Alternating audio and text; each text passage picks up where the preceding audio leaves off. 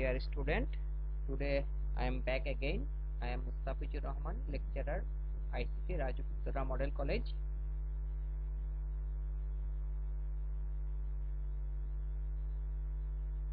Today I will continue our study on programming language, that is chapter 5, and today it's our lecture number 3.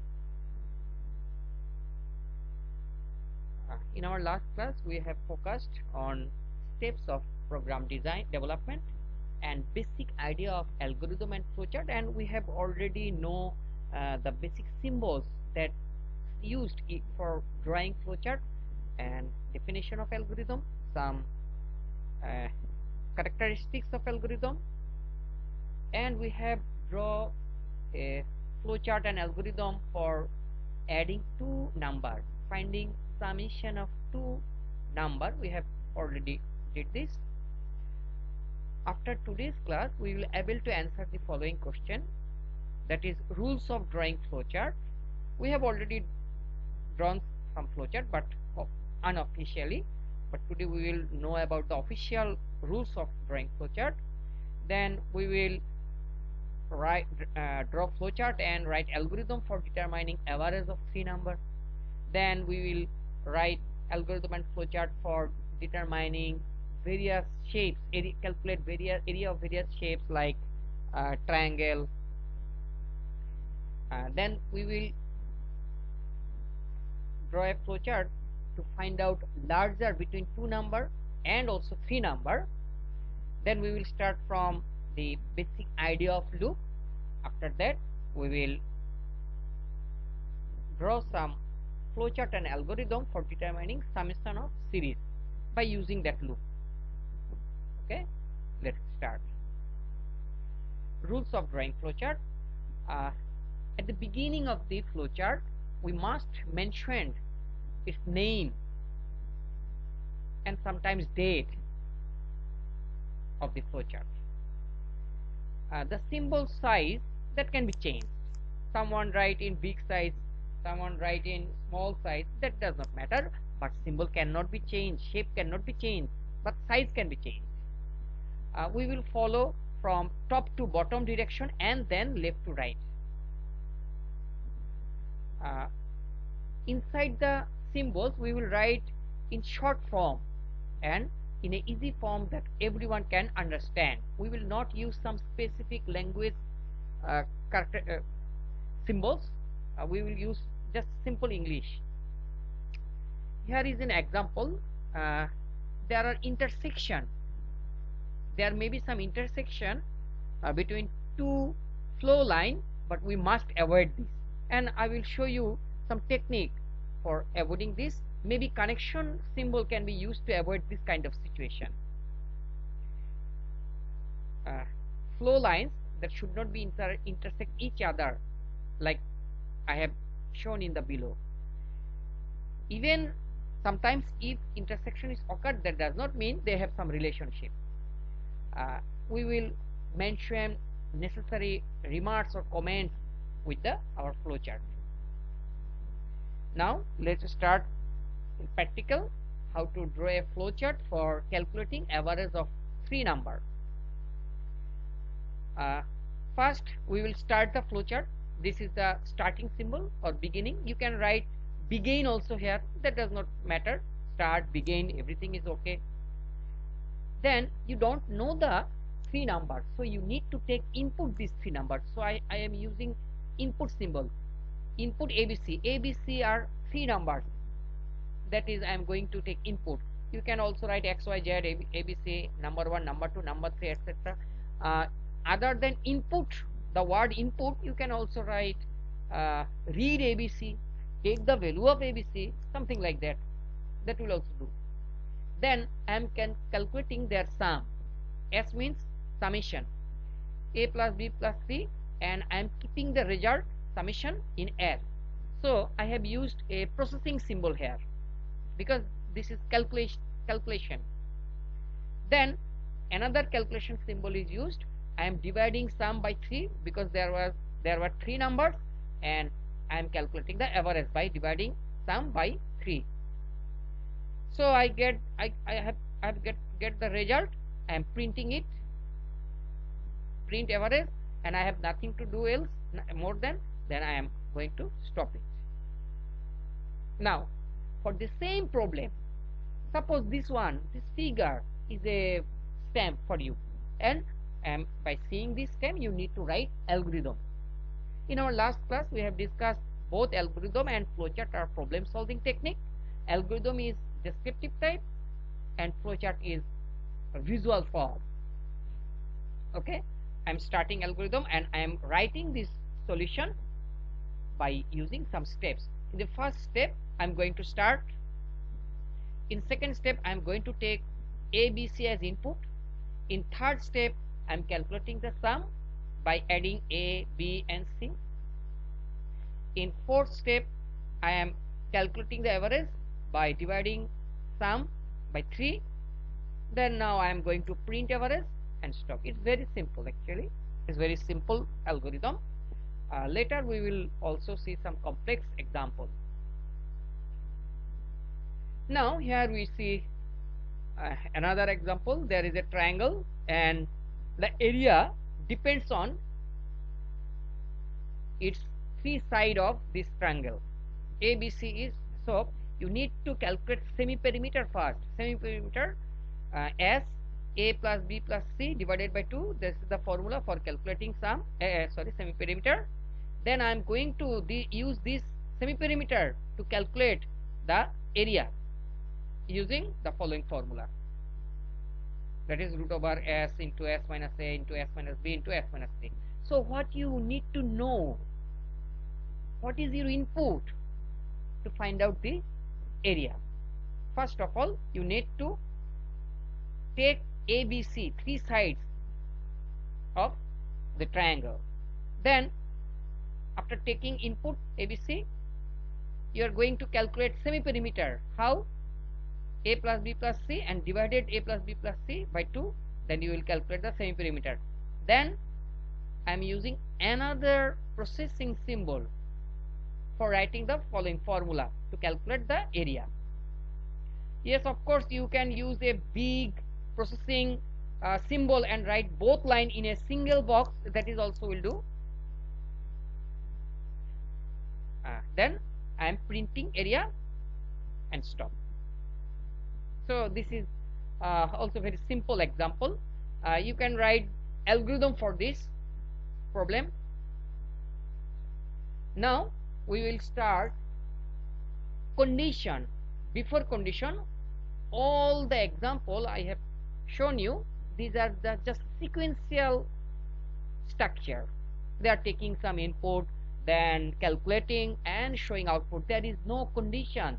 And although we have learned about 6 symbols, I have not used connection symbol or decision symbol up to this problem. But now I am going to use all 6 symbols, and this is called condition. After entry, there will be a condition that will be checked. If condition is true, then you will perform action 1, that is some specific task. If the condition is false, then you can do another task, that is action 2. So this is not so simple like the previous examples. Okay, I am showing another example. By using this condition type of structure, I will determine bigger between 2 numbers, but we don't know about the 2 numbers, so I am going to take input these 2 numbers, A and B. 2 numbers I am taking as input. Both are unknown to me. I don't know their value. They are variables. So since I don't know their value, I am going to take input their values. Then I will consider which one is greater. I don't know.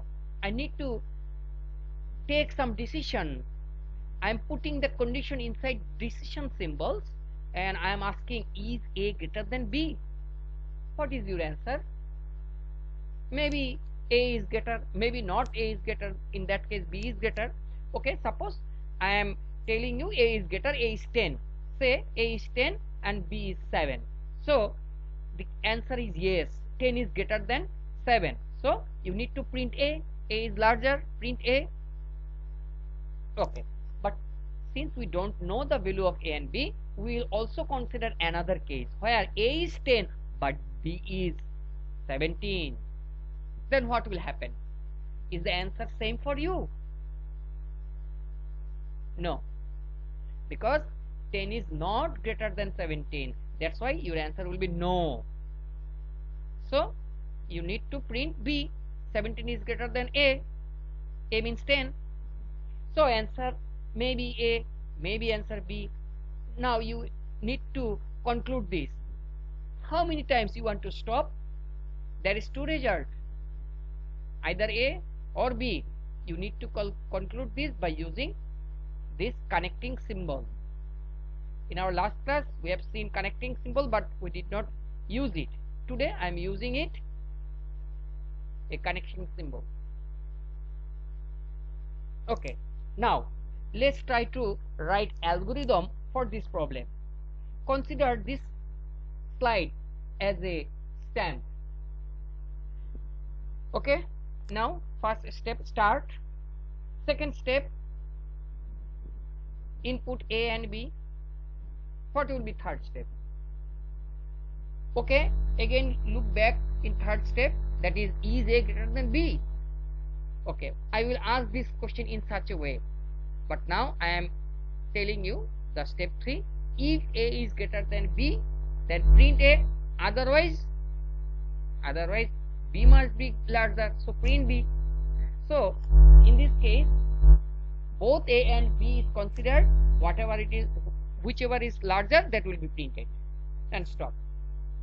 I have shown you a simple technique, but some other people will show other algorithm. Those are also maybe correct, because an algorithm can be written in many ways and there is not a specific solution.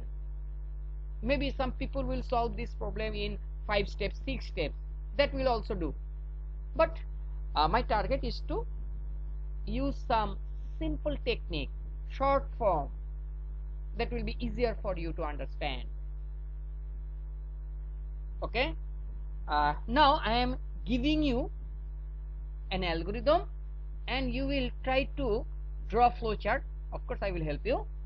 The problem is you need to draw a flowchart for a student to determine whether he is pass or fail in ICT. Consider the pass marks is 33 out of 100. Okay, I am showing you the algorithm. Start. Step number 1 will be start. Step number 2, input M. M means marks. What marks did you get? Okay, M is the marks. If marks is greater than 33, then print pass, otherwise he or she must be failed, then stop. Okay, now try to draw the flowchart for this algorithm.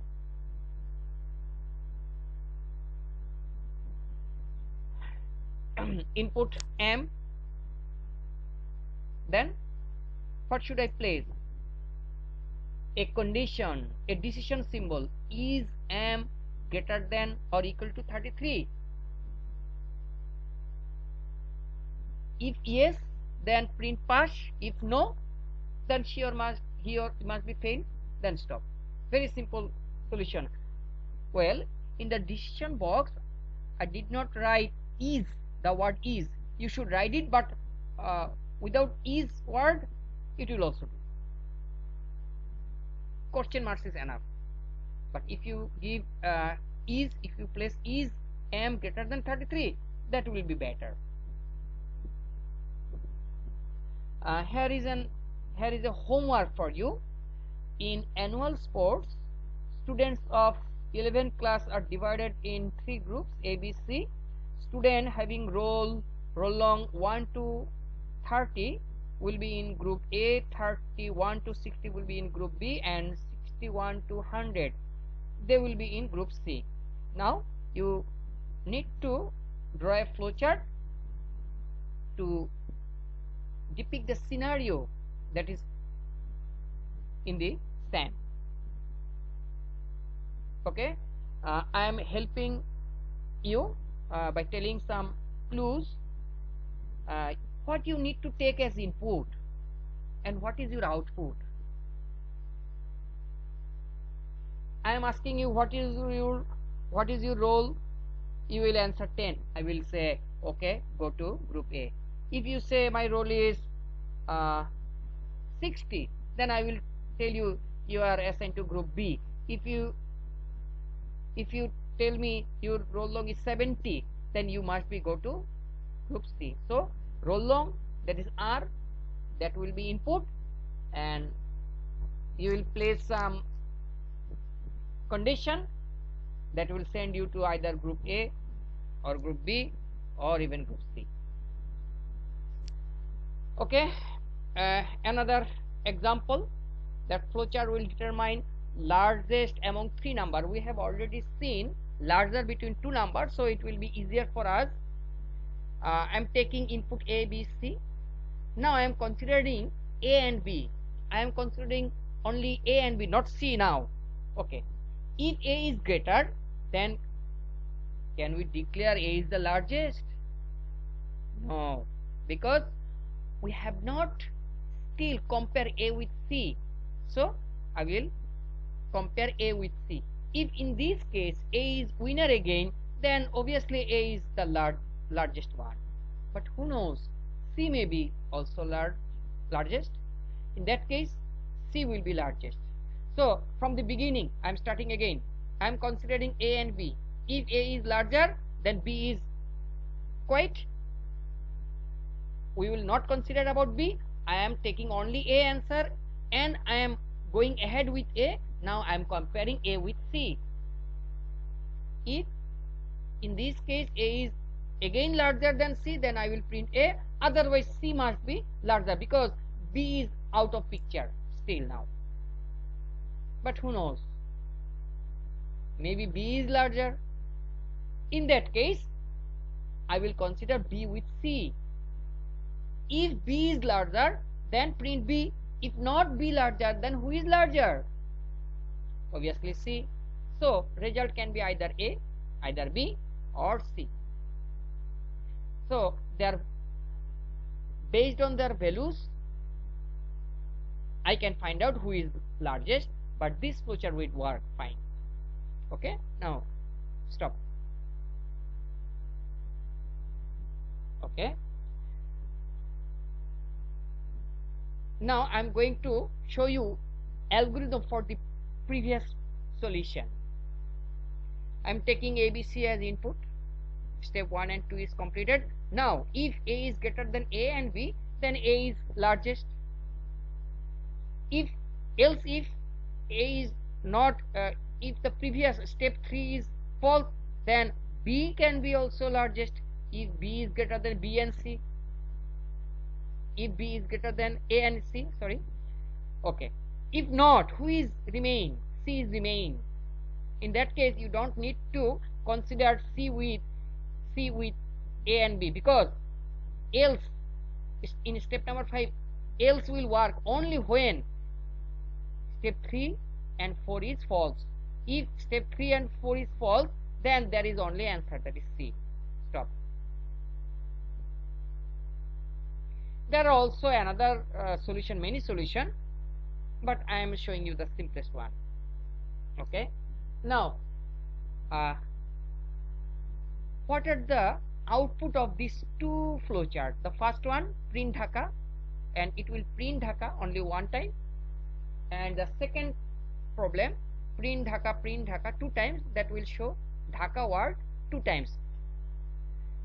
But how can you show Dhaka for 10 times or 100 times? Can you follow this example? No way. Then you need to print Dhaka many times, or a same task repeatedly many times. Then you need loop. The idea of loop, that is for repeated work. Entry after entry.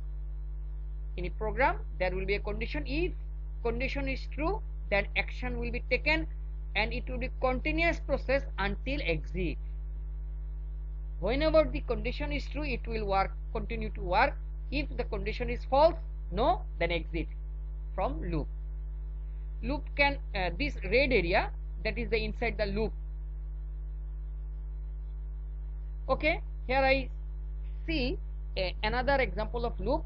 Just connection symbol is used to avoid intersection between flow line. There is no difference between the previous example with this one. Only connection symbol is used to avoid intersection. This will also do. Okay, now what about this? How to print Dhaka for 10 times? Okay, I am trying to draw the flowchart and I have a counter, because you need to stop after printing Dhaka 10 times. So you need to count how many times you have already print Dhaka. So I have taken I as a counter, and the value of I initial stage, it is 1 in it, and I will remain small or equal to 10 because I need to stop in 10. The condition, you will stop when the value of I is greater than 10, then will be stopped, loop will be exit. Before that the loop will continue, and inside the loop I am printing Dhaka and the counter is increasing by 1. So I will be, the value of I will be 1, then in the inside the loop it will become 2, then 3, 4, 5, it will continue. It will continue up to 10. So when the value of I is 1, that it will print Dhaka and increase the value of I by 1, then I will become 2. So again inside the loop the condition will be checked. Condition will be checked. I is 2, 2 is also less than or equal to 10. So it will enter inside the loop and print Dhaka again. I is 2.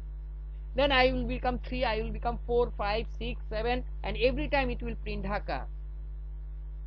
Then I will become 10. Still it will print Dhaka. Then I will become 11.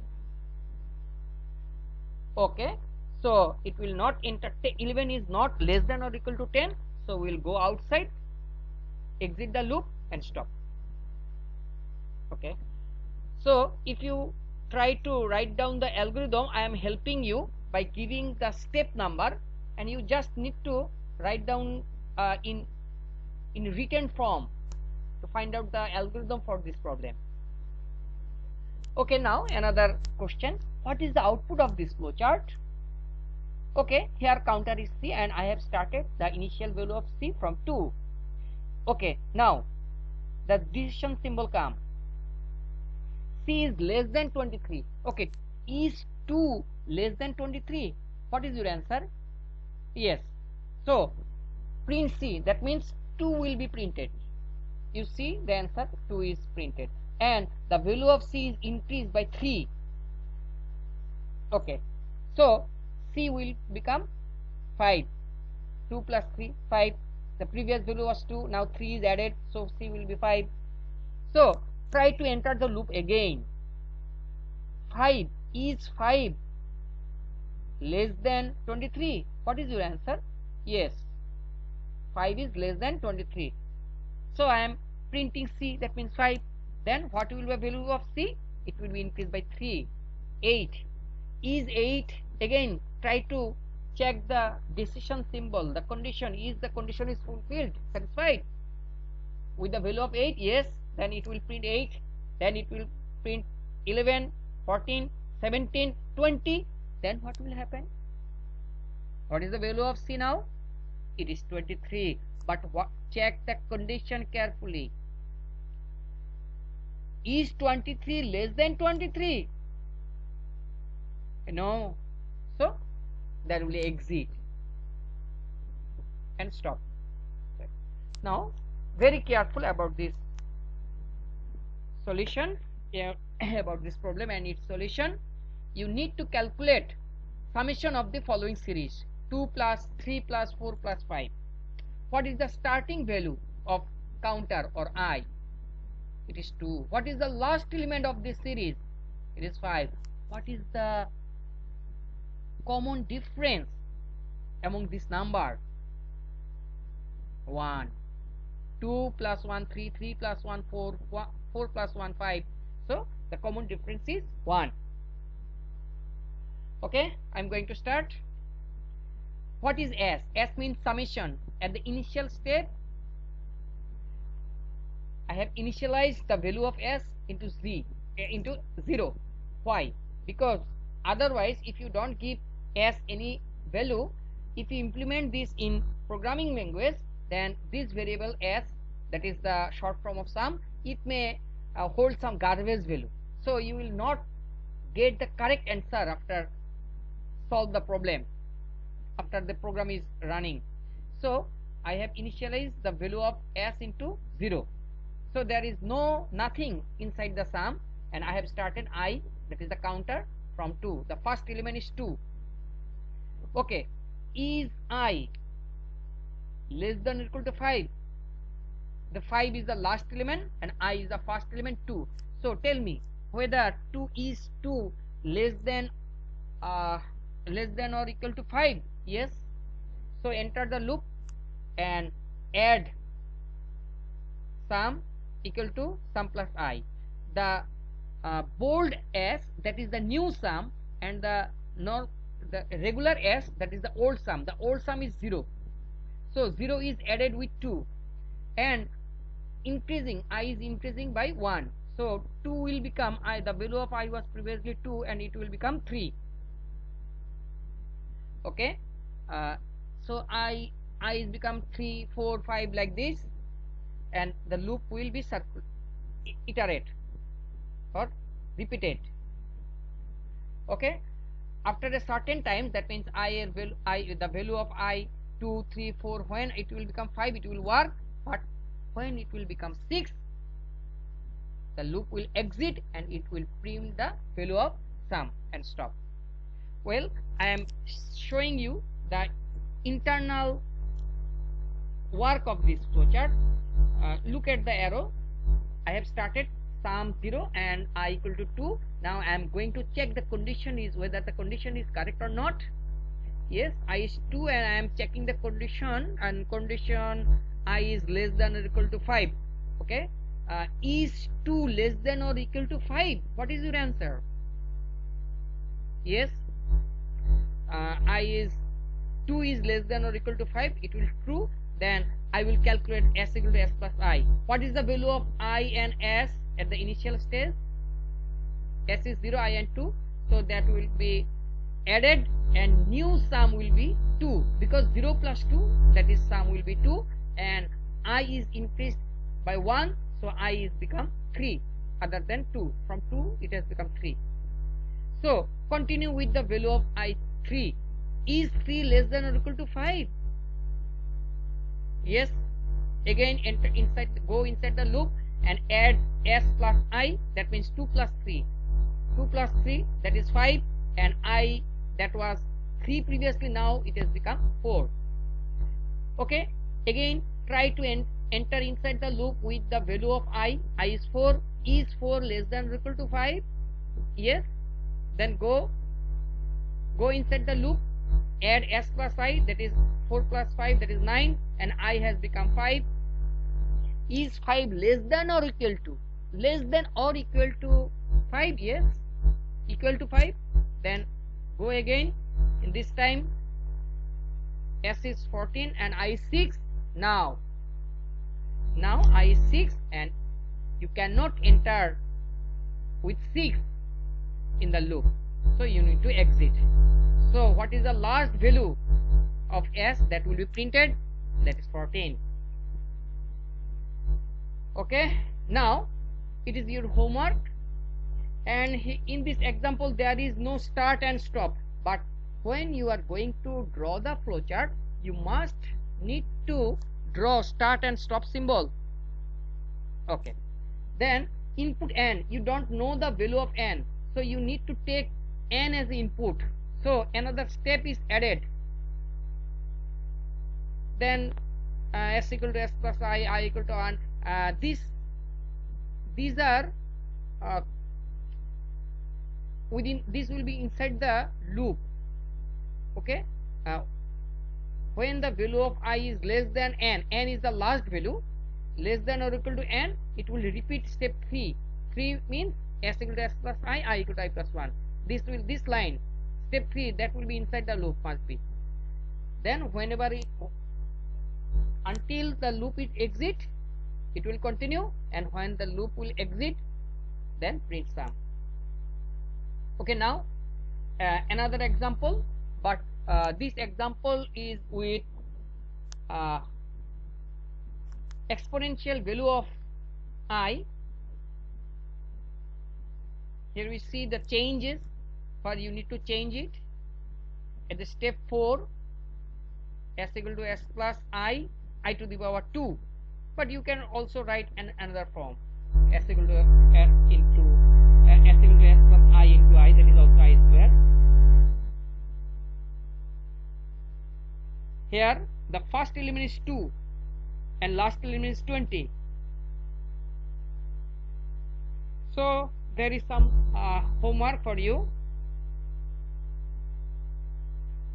Now what about multiplication?